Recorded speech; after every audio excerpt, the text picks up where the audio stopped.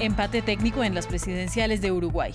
El opositor conservador Luis Lacalle Pou obtuvo el 48,74% de los apoyos contra 47,48% del oficialista Daniel Martínez. Con el 99,4% de las papeletas escrutadas, la diferencia es de apenas unos 30.000 votos y está por debajo del margen para proclamar un vencedor. Tenemos reporte desde Montevideo. El mundo conmemora el Día Internacional de la Eliminación de la Violencia contra la Mujer. Las Naciones Unidas adelantan sus iniciativas Pinta el Mundo de Naranja y Generación Igualdad contra las distintas formas de violencia. 1 de cada 3 jóvenes en el mundo ha sufrido sexo forzado. Tenemos informe desde París con medidas anunciadas por el gobierno francés. Y en Hong Kong, los candidatos pro democracia obtuvieron una aplastante victoria en las elecciones locales. Este triunfo se suma a los 6 meses de protestas contra China y le pone más presión al ejecutivo de Carrie Lam. Los opositores aseguraron cerca del 90% de las 452 sillas del Consejo Distrital. Aquí comienza la mañana y también las noticias de France 24. Mi nombre es Ángela Gómez. Iniciamos con información de Uruguay. Apenas 30.000 votos separan a los aspirantes a presidente. Con el 99,4% de los votos escrutados, el opositor Luis Lacalle Pou obtuvo 48,74% de apoyos, contra 47,48% de Daniel Martínez, quien representa a una izquierda gobernante. Con la mínima diferencia entre los aspirantes, la autoridad electoral declaró empate técnico y los resultados finales podrían conocerse hasta el próximo viernes. Un giro hacia la derecha marcaría un cambio importante en la nación. El Frente Amplio, que ha gobernado 15 años, trajo estabilidad y crecimiento, pero ahora está bajo presión por la ralentización de la economía. La información de primera mano la tiene nuestra corresponsal Karina Dalmas en Montevideo. Buenos días para usted, Karina, y explíquenos por qué el Tribunal Electoral no tiene las herramientas para proclamar un ganador y qué sigue en este proceso. Hola Ángela, muy buenos días. Bueno, la Corte Electoral dice exactamente lo que tú mencionabas, que hay un empate técnico debido a que la diferencia está entre los votos observados. ¿Qué quiere decir esto? Los votos de las personas que trabajaban en los circuitos y también el personal de las Fuerzas Armadas que custodiaba las mismas marca un empate técnico. Hasta que no estén escrutados todos esos votos, la Corte Electoral no desea proclamar al próximo presidente. Sin embargo, bueno, las encuestas indicaban las proyecciones. Comparado con los votos observados de las elecciones primarias de octubre, recordemos que quienes trabajaron en las mesas son las mismas personas, allí es por lo cual las encuestadoras marcaban que indudablemente sería Luis Lacalle Pou de la oposición quien ganaría esta elección presidencial. No fue así lo que tomó la decisión que tomó el candidato de la oposición, Daniel Martínez, quien no tomó la derrota en la noche de ayer. Karina, ¿y qué dijeron los candidatos? Porque nadie esperaba, como usted lo estaba diciendo, una contienda que fuera tan apretada. No, de hecho, los analistas políticos y las encuestadoras marcaban una distancia de hasta 6 y 8 puntos. En la noche de ayer, el oficialista Daniel Martínez salió a festejar, dijo que habían intentado enterrar al partido de izquierda Frente Amplio, pero dijo, intentaron enterrarnos, pero somos semilla, con lo cual, bueno, los seguidores que estaban presentes en el centro de Montevideo pasaron de la preocupación a la euforia, con esa energía se fueron a sus casas.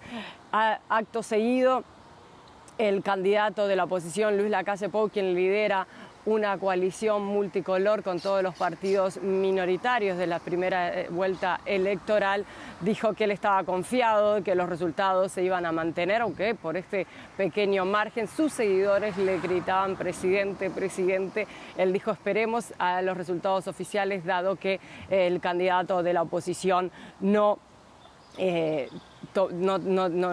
tomó la derrota. Entonces, bueno, pidió la calma, a la mesura. Por supuesto, llamó a la unión nacional, esto en función de quién vaya a gobernar, va a necesitar fuertes estrategias dentro del Parlamento porque ninguno tiene la mayoría. Lo mismo hizo Martínez, hizo un llamado a la unidad nacional. Pues Karina, vamos a esperar a ver qué dicen las autoridades electorales. Entre tanto, hoy es el Día Internacional de la Eliminación de la Violencia contra la Mujer. En el mundo hay manifestaciones e iniciativas para afrontar el maltrato y el abuso que sufre el género femenino en todo el mundo.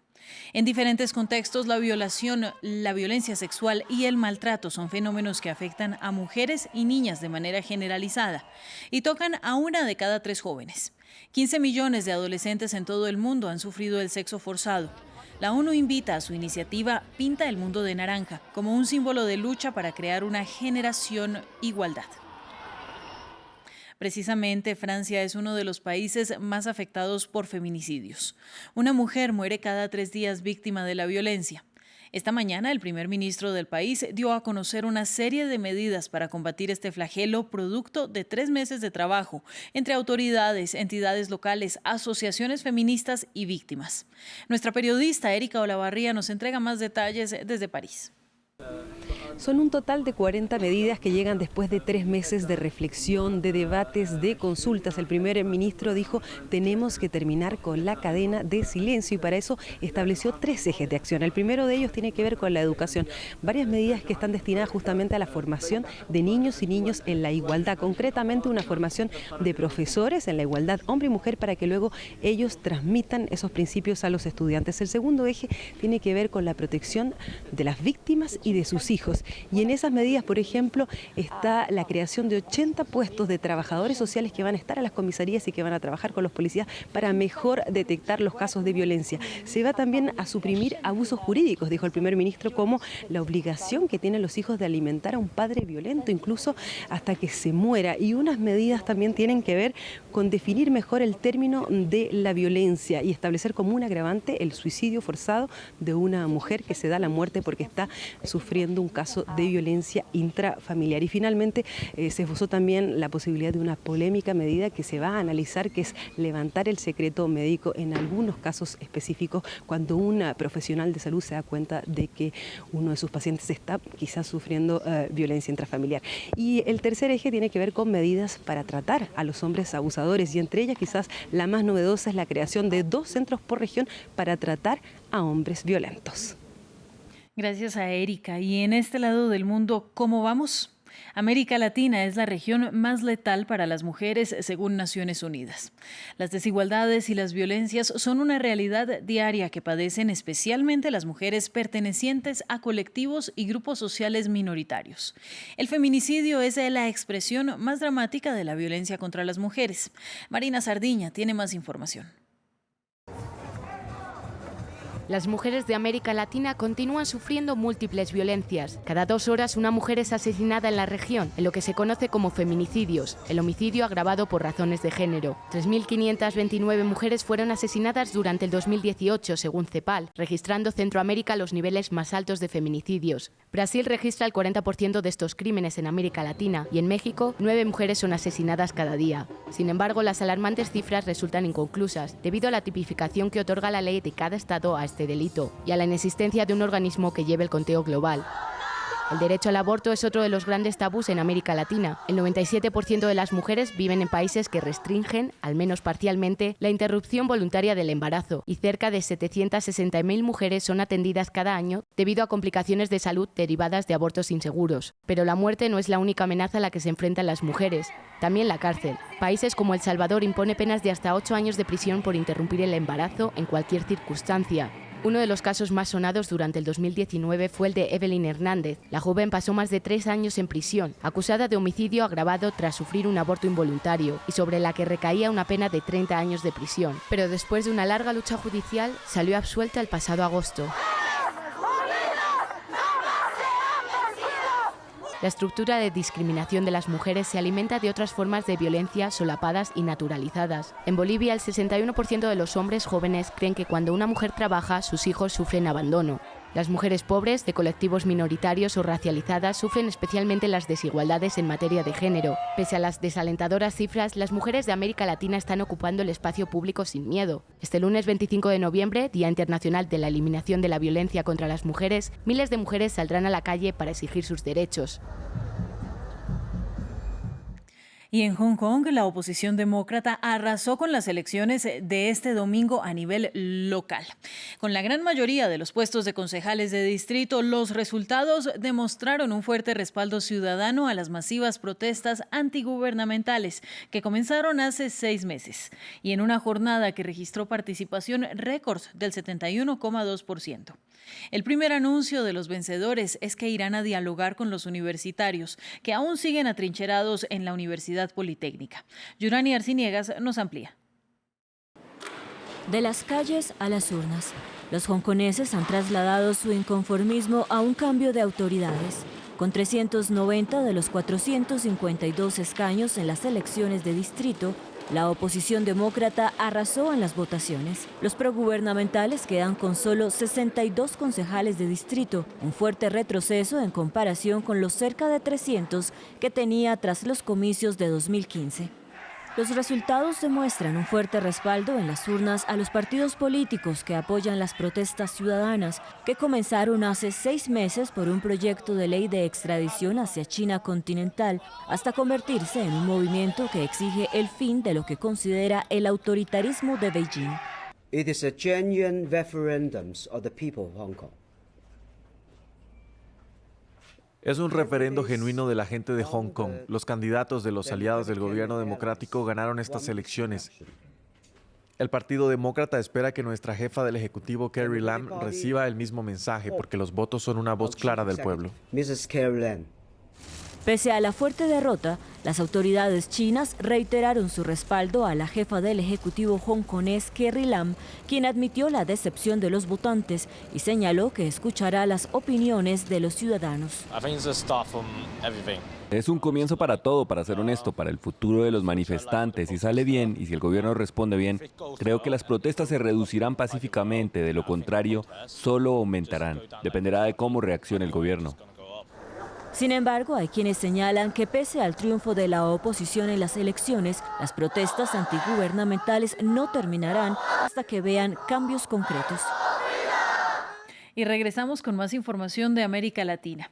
En Chile, el presidente Sebastián Piñera anunció el envío al Congreso de un proyecto de ley para que las Fuerzas Armadas puedan proteger infraestructura crítica sin necesidad de decretar un estado de excepción. La medida le valió críticas de la oposición en medio de los cuestionamientos contra las fuerzas del Estado por supuestas violaciones de derechos humanos desde el inicio de las protestas, que seguirán este lunes y martes con un paro progresivo y una huelga. Más información en el reporte de Federico Cuellar Verena. Un espaldarazo a las Fuerzas Armadas en medio de los cuestionamientos al accionar del Estado en las protestas en Chile. El presidente Sebastián Piñera anunció que presentará ante el Congreso un proyecto de ley para que militares puedan proteger infraestructura crítica del país sin necesidad de decretar un estado de excepción. Esta colaboración militar va a permitir liberar a un número muy significativo de carabineros para que puedan cumplir sus labores de proteger a nuestros compatriotas. La iniciativa llega en medio de centenares de denuncias de posibles violaciones de derechos humanos por parte de los agentes del Estado desde el inicio de las protestas sociales el 18 de octubre. Algunos diputados opositores cuestionaron la propuesta. Piñera no ha aprendido nada de lo que ha pasado en Chile estos últimos 36 días. No entiende que el uso abusivo de la fuerza solo genera rechazo y aumenta el malestar. Mientras tanto, Santiago vivió una nueva jornada de manifestaciones en la céntrica Plaza Italia, una antesala de la nueva convocatoria realizada por la Mesa de Unidad Social para un paro sectorial y huelga general este lunes y martes, que promete mantener encendida la protesta en Chile. Y para el cierre tenemos imágenes de la temporada navideña que ya comienza en Europa. La famosa avenida de los Campos Elíseos en París, Francia, se adornó para la época. Luces que funcionan con un sistema de energía eficiente iluminaron cientos de árboles para darle la bienvenida a la temporada navideña. La alcaldesa de París, Anne Hidalgo, acompañada por la actriz Ludivine Sagnier y oficiales locales, hicieron el conteo para la inauguración. Así llegamos al final de este informativo. Usted recuerde que puede seguirnos en nuestra plataforma de France24.com y volvemos en minutos con más noticias. Siga con nosotros. Buenos días.